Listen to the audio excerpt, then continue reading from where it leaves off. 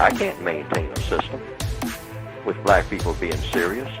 So I'm going to redirect their seriousness, and I'm going to do it through something that they relate to best.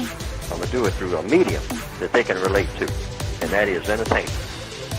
So I'm going to twist and turn their entertainment in such a way that where it was anti-non-justice before, where they were trying to talk about justice and head in that direction, I'm going to redirect that whole machine right before their eyes, and since they are a primitive people, they won't even realize what I'm doing, because it will all be fun, because I know how to package stuff that doesn't make sense so that it is fun. And I'll have them directing their entire existence to getting up in the morning and looking for something stupid to do, and they won't even know that they're looking for something stupid to do, because they're just that stupid, because I will have programmed them to be stupid.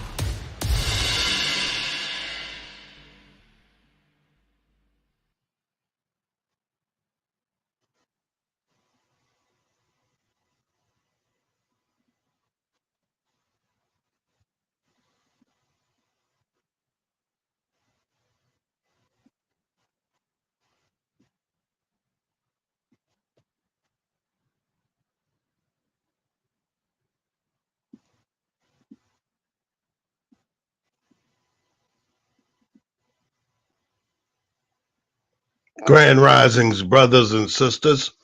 This is Brother War Smith Bay from the desk of the Emissary, bringing you the news from a black perspective.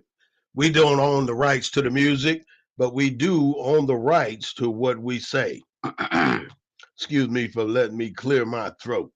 Let's get started here today with some stuff that we need to know as black people, because these are the things that are really affecting how we move forward in life today. There are so many different things that they put in our way to make us not see what's really going on. And that is so easy for them to do because it's always camouflaged with the okie doke.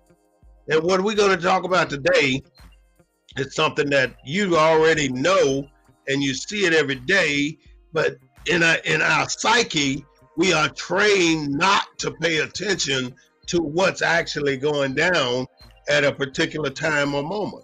So it is my job today here on the Black News Network to bring you some light and some knowledge about what they do to make our systems not work, or make the American systems not work for black people.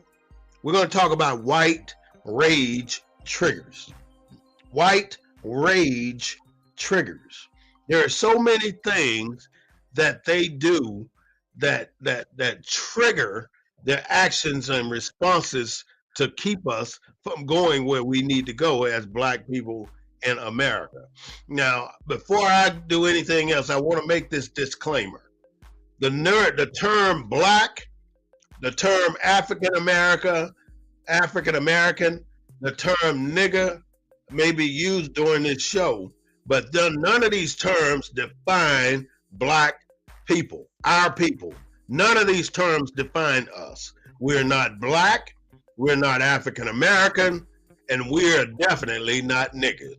So don't take it literally. This is just part of the show, and I do not direct that information toward any listener or any reviewer of the show.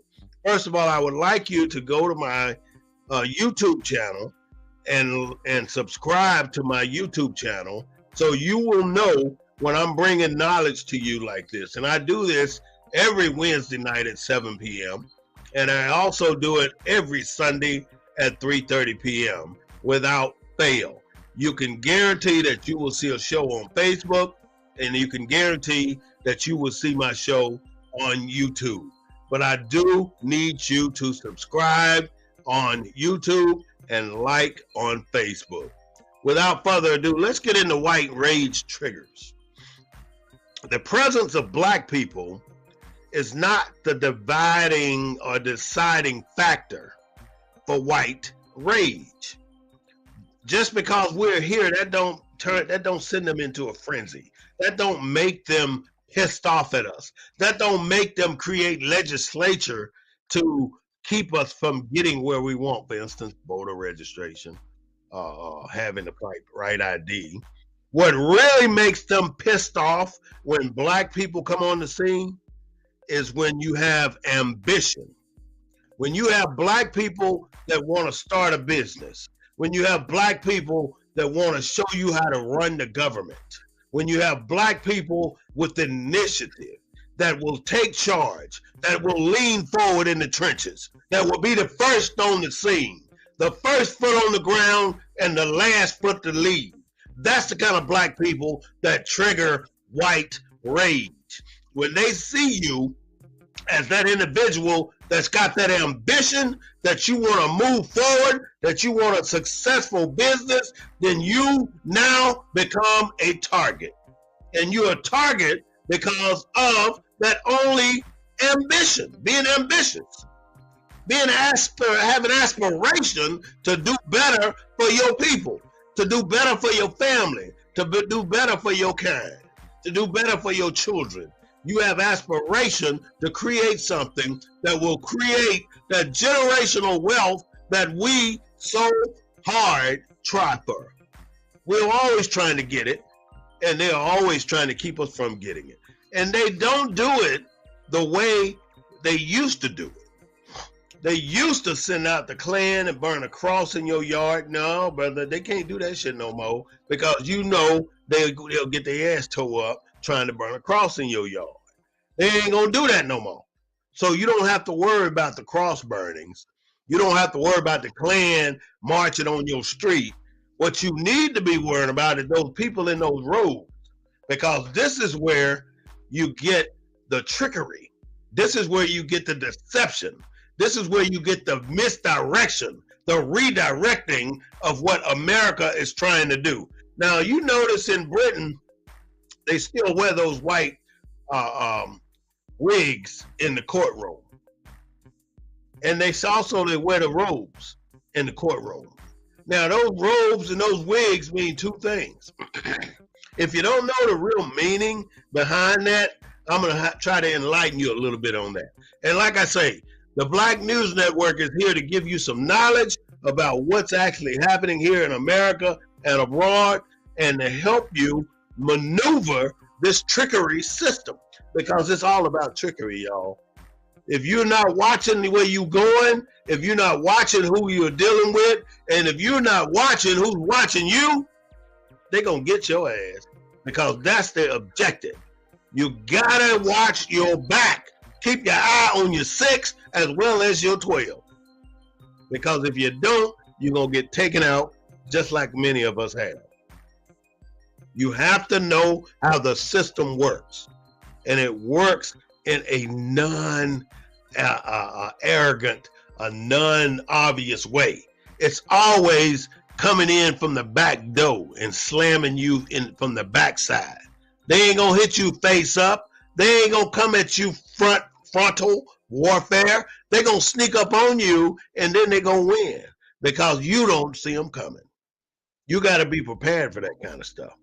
The presence of black people who are ambitious, the presence of black people who are driven, the presence of black people who are motivated, the presence of black people who have aspiration. Those are the black people that they are afraid of. Those are the black people that trigger white rage.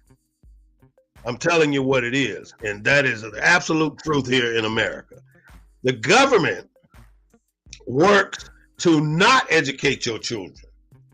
Don't think that just because they go to school for 12 years that they come out of the school prepared for society. Black kids are graduating high school right now, don't know how to balance a checkbook, don't know how to cook an egg, don't know how to boil water, can't drive no car, can't fix a flat tire, can't check the oil on the lawnmower. They can't do a damn thing. And they can't do a damn thing because that is the way the system is designed. It's designed to keep you as parents so damn busy trying to keep yourself or your head above water and your family above water, that you're not paying attention to those little things. So you're creating a generation of Mongols. You're creating a generation of children that cannot self-sustain themselves in this trickery society. So now white rage is easy for them. You lose faith in the system. You don't believe the system is there for you, therefore you don't go out and vote. And that's exactly what they want you to believe, that the system does not work for you, so you don't vote. And when you don't vote, you allow them to go in there and get the white wigs. You allow them to go in there and get the black robes. And all those are symbols. The symbolism of that white wig is for the judges or the counselors to hide their thoughts from their gods. You hear what I'm saying? That white wig is on their head to hide their thoughts from God. And the myth is that if you put that wig on, God is not going to see or hear your ill thoughts when it comes to what you're about to do to the black people that are in your court. The robe is the same process. You put that robe on so they don't know what your ill intent is. The gods don't know what your ill intent is. You hide it. Now that's just myth. Everybody that wear a robe ain't that way. I'm talking about people in the judiciary system, judges, lawyers, counselors. Those are the people I'm talking about. I'm not talking about educators. I'm not talking about organizations that ain't got nothing to do with the faith of other human beings. These are the people that wear those wigs that have everything to do with the faith of other human beings, are the ones trying to hide their thoughts from God. That's what they're doing. Damar Hamlin collapsed on the football field Monday night, and right now they're saying they don't know his status other than him still being in a coma and trying to get his blood and his heart pumping back the right way. And his brother, his uncle said that he had to be resuscitated again when they took him to the hospital. So our prayers go out for that young man. He's only 24 years old, and he's done a hell of a lot of charity work. And his GoFundMe page is over $5 million right now, with an initial goal of about $2,500. That's how modest he is. He's a good cat, and I hope God see fit to bring him back to his normal health.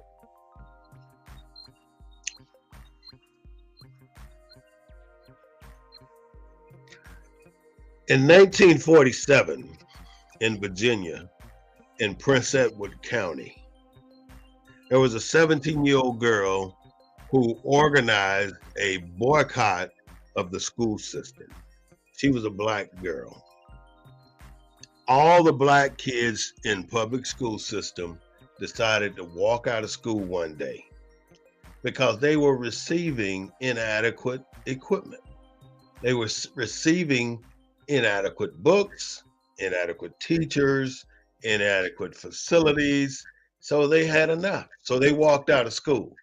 Now, rather than Virginia, Prince Edward County, Virginia, school board fixing those problems and addressing the kids' need, they shut down the entire school system for the next 5 years.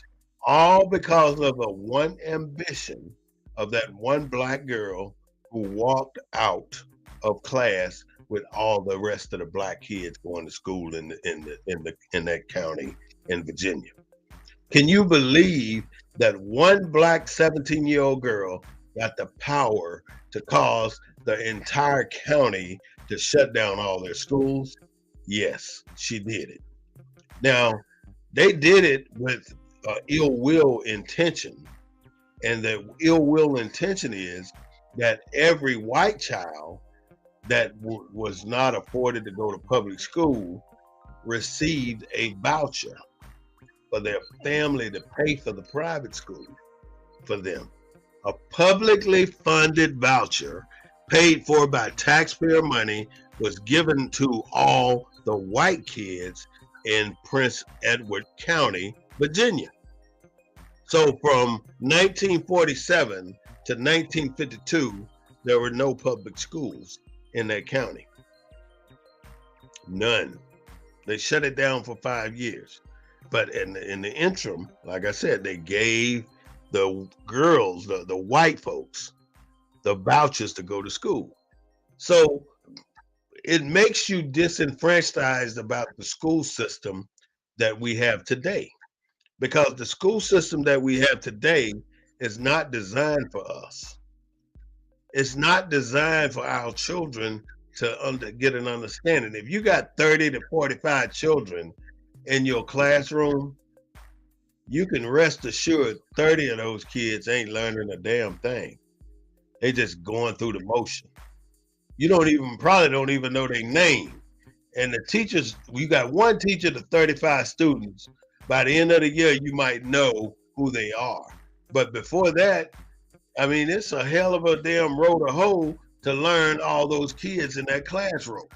And from what I understand, Chicago got it bad up there with the school system. When those the school board gave those white kids the vouchers, what do you think the black kids did? They ain't do shit.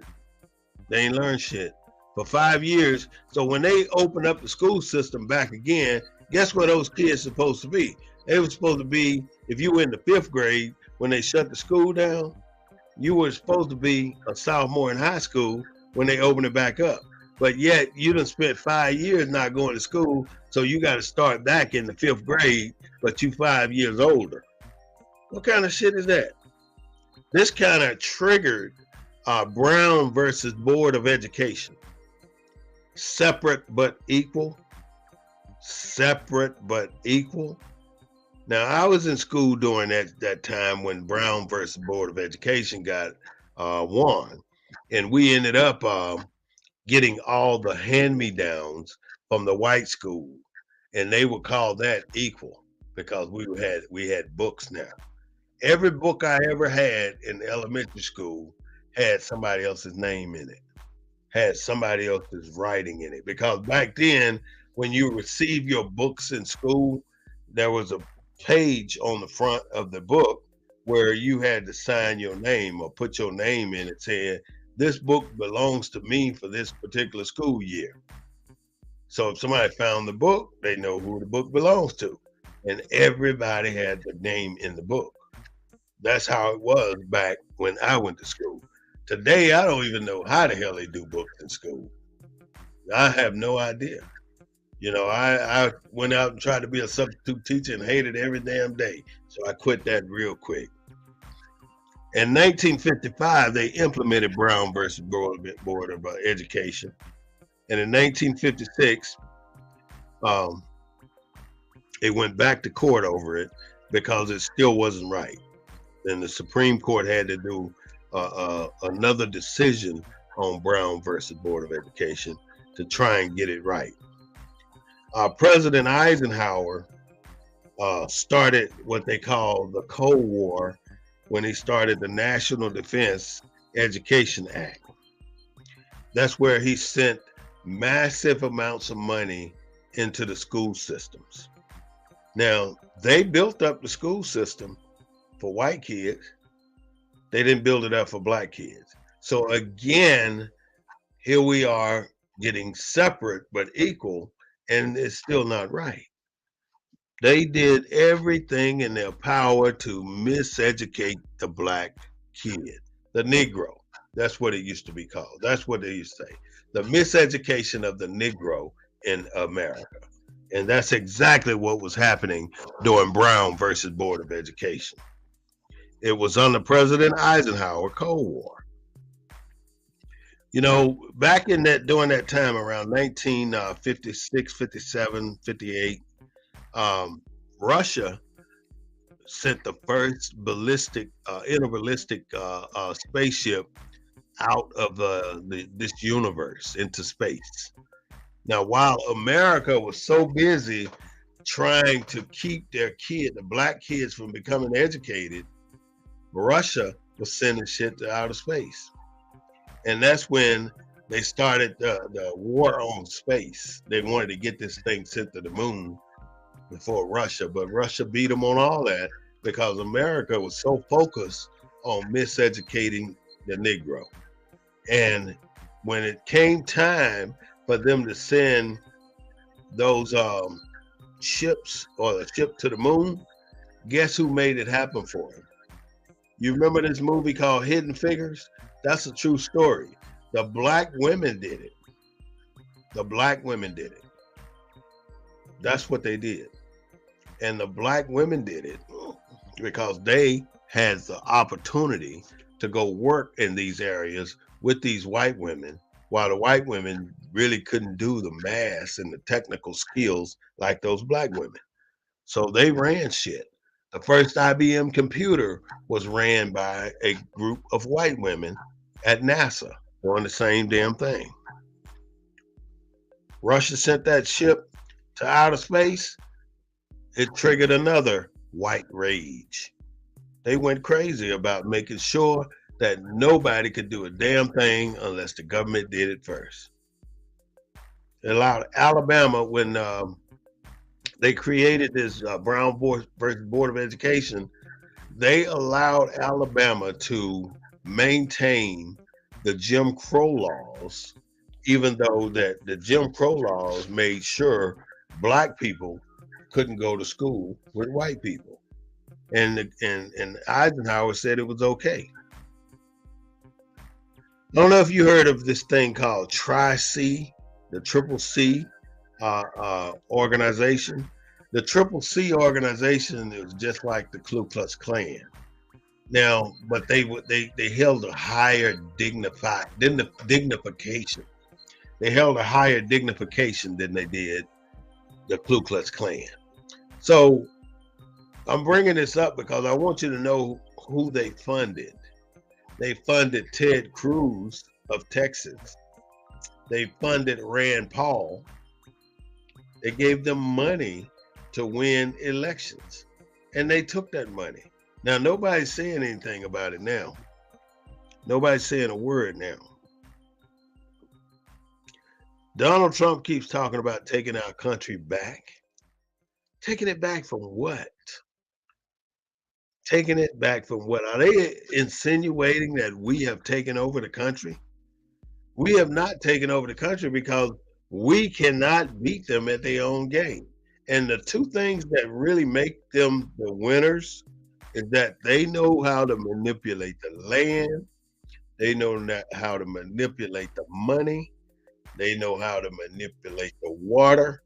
They know how to manipulate the food. With those controls in place, black people don't stand a chance because we don't grow very much of anything. We don't own very much of anything. We don't have much money. You know, there's black people with money, but not a whole lot black people with money. I don't want you to forget that when they talk about civil rights, they're really not talking about a damn thing. They're just talking. They want to sound good. That's exactly what it's about. They want it to sound good so you, as black people, can feel good. They want you to have that feeling. You don't have to have that. I mean, don't allow them to keep making you feel good, but they're not doing anything for you. They talk so much shit about Biden when this was just 2 weeks ago, when he had this conference with 40 countries from Africa in Washington, D.C. At this conference, he stood up there and he promised over $1 trillion in all these different places. He was just up there making promises and promises and promises about how much money he gonna give over here, how much money he gonna give over there, how much money he's going to give over there. He's going to give all of this damn money to all these people when they ain't asked him for shit. See, now Biden is realizing, which other presidents should have realized 100 years ago, that Africa is the most important continent on this planet, and that whoever aligns themselves with Africa will be the one to control this planet. And right now, China has been aligned with Africa for the last 30 years. So when America steps up and says, well, we're going to give y'all $1 trillion to do with what you want to do, but you ain't going to do shit for the American black that you took from Africa. You ain't going to do shit for them, but you're going to give $1 trillion over to Africa. Ain't that some shit? That's what you're going to do. America came up with this other way to get rid of black people. White rage, the war on drugs. That was nothing more than the war on black people. It cloaks itself in reasonableness. And when it cloaks itself in reasonableness, it says, oh, we want to protect our community. We want to protect our children. We want to protect our schools. But none of those things have been protected. Our communities are fucked. Schools, all of it's done. It's tore up. That's just the way it is in America, because it's a farce. It's a cover-up. It's a misdirection or redirection of American resources to make you think that they're doing something for us, and they ain't doing a damn thing. It is cloaked in reasonableness. We want to keep our community safe. We want to protect our kids. So we want to focus the war on drugs on people who does the least with drugs. I mean, we want to arrest those people who hold the smallest amount of drugs. We want to give them the largest sentences in the world. There are some people that are black receive 30 years over having a joint, depending on how pissed off the judge was, depending on how white raged out was the judge. Because 9 times out of 10, 10 times out of 10, you're going to have a white judge up there that's going to give you a sentence that's really ridiculous for what they caught you for. And it's all about the police officers. The police officers are the beginning stages of the traumatic lifestyle of being black, because that is what they are here for. The police are here to take black men and black women out of our communities. They want to take us out of our communities. And that way the community has no leadership like it is right now in San Antonio. What black person is there to lead San Antonio right now? You got an NAACP, but you really don't hear very much from the NAACP. So who are you going to call? That is what I've always asked the question. Who are you going to call if a black person gets in trouble with the city or with a police officer and you need to call somebody? You can't call the NAACP because they are not going to take your case. I'm here to tell you, if you can tell me that the NAACP took your case and stayed with you throughout the entire process, then I owe you $100, because that is not the case.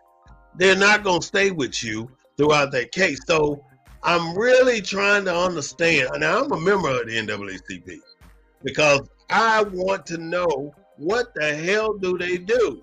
And the only time they contact me is when it's time for dues, just like any other organization. The only time they want to talk to you is when it's dues time.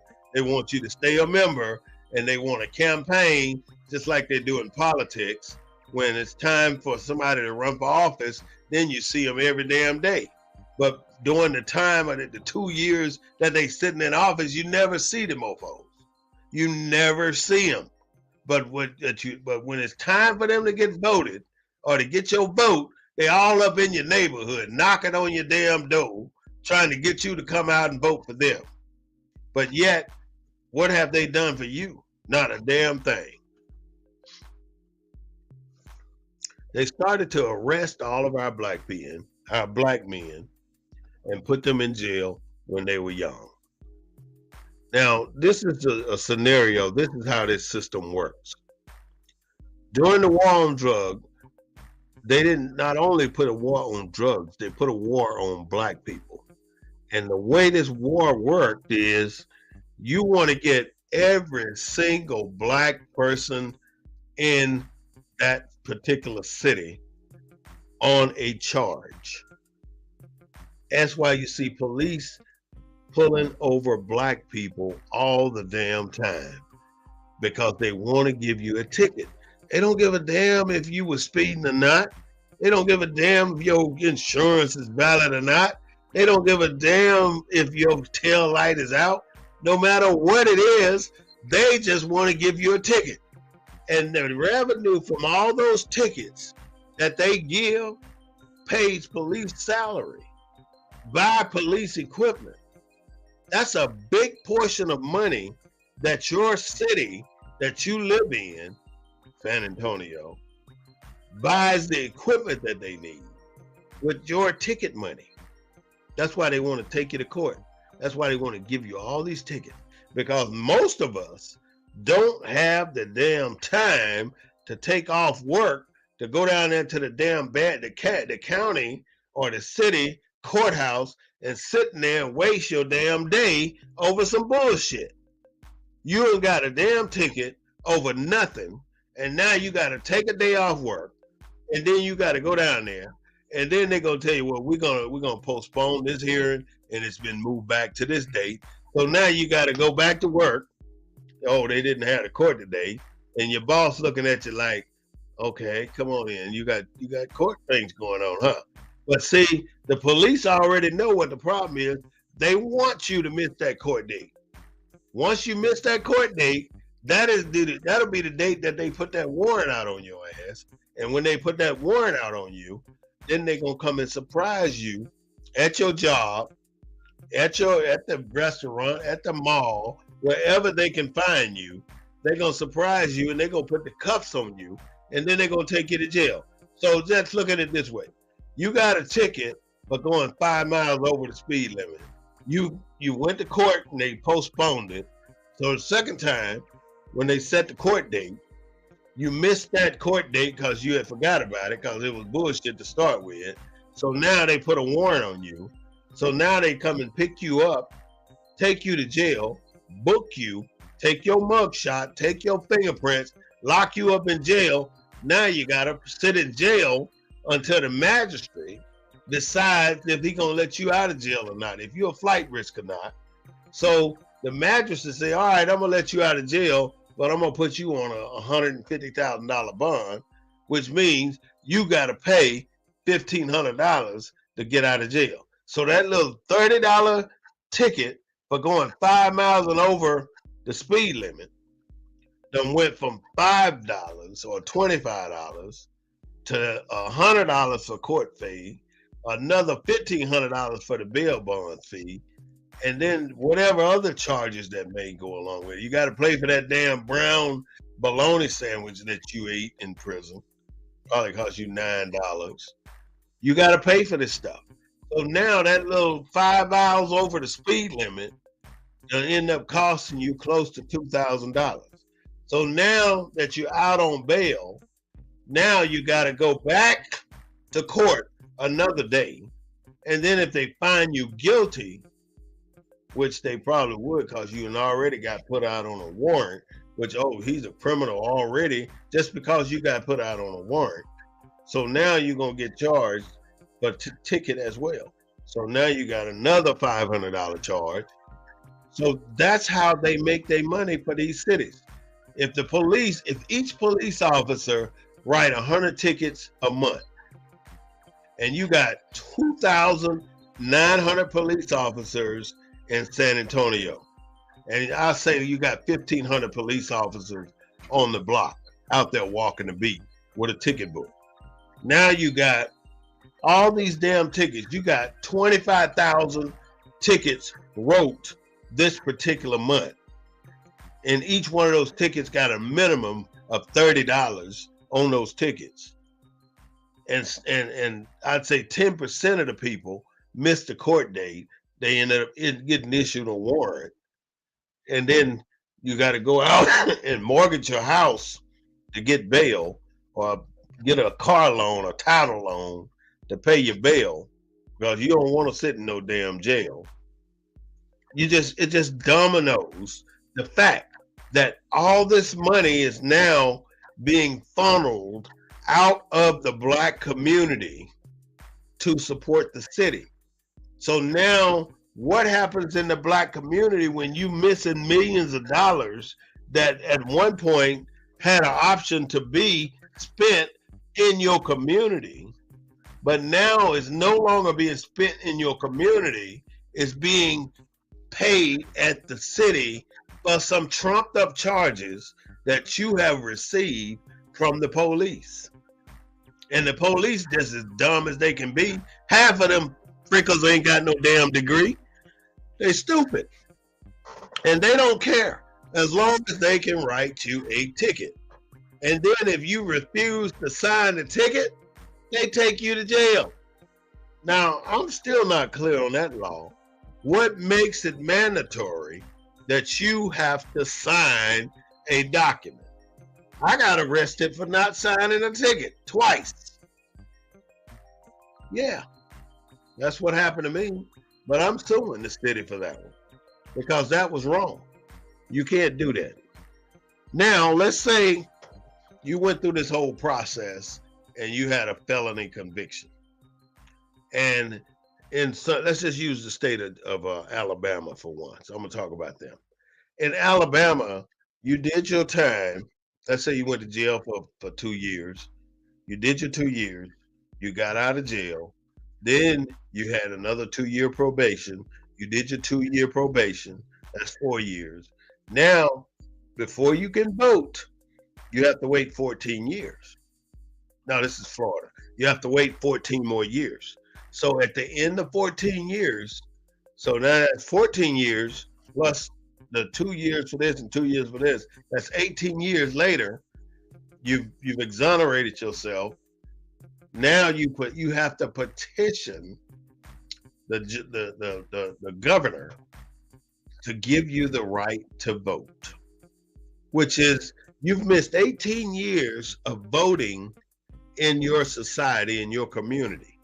So if you got a 70% population of black people and only 5% of those black people are voting, then you will never ever gain control of what you need to do in that little town, in that city. Now, this is something that you really have to think deep about in order to understand why the white rage is so prevalent here in America. Because it seems as though they do every damn thing in their power to stop you as a black person from becoming a successful black person. So it's up to you to understand how the system works and to understand how you need to function in the system. But do not, under any circumstances, roll your ass over and play dead, because that is the problem right now. So many of our black people will take it on the chin and keep on trucking and act like ain't nobody stepping on your wiener.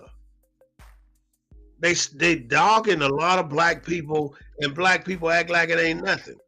You know, this ain't the Martin Luther King era no more. You know, when non-violent protest is out the damn window. It's out the window. I'm not saying go tear up nothing. I'm saying use the systems that are put in place for you to keep justice flowing. It works for you if you use it. But if you got to know it and know how to use it. But if you don't know, then you better ask somebody, because there are people out here with the knowledge on how to beat this system. Your kids need to know how to beat this system. And you're not asking for you, you're asking for them, because they're the ones who really need to know. Your time may be up. Once your child is born, you no longer live for yourself. You live for that child. And it's your responsibility to learn the things that you need to learn so you can teach them how to maneuver these systems. Because these systems are designed for you to fail. And if you keep allowing yourself to be suckered into the system, you're going to fail. And that is the bottom line. And it's too many of us getting suckered into the system. Don't allow yourself to fall victim of this white rage, because too many of us have done it already. Without Sanctuary is a depiction. It's a book that talks about the entire story of how black people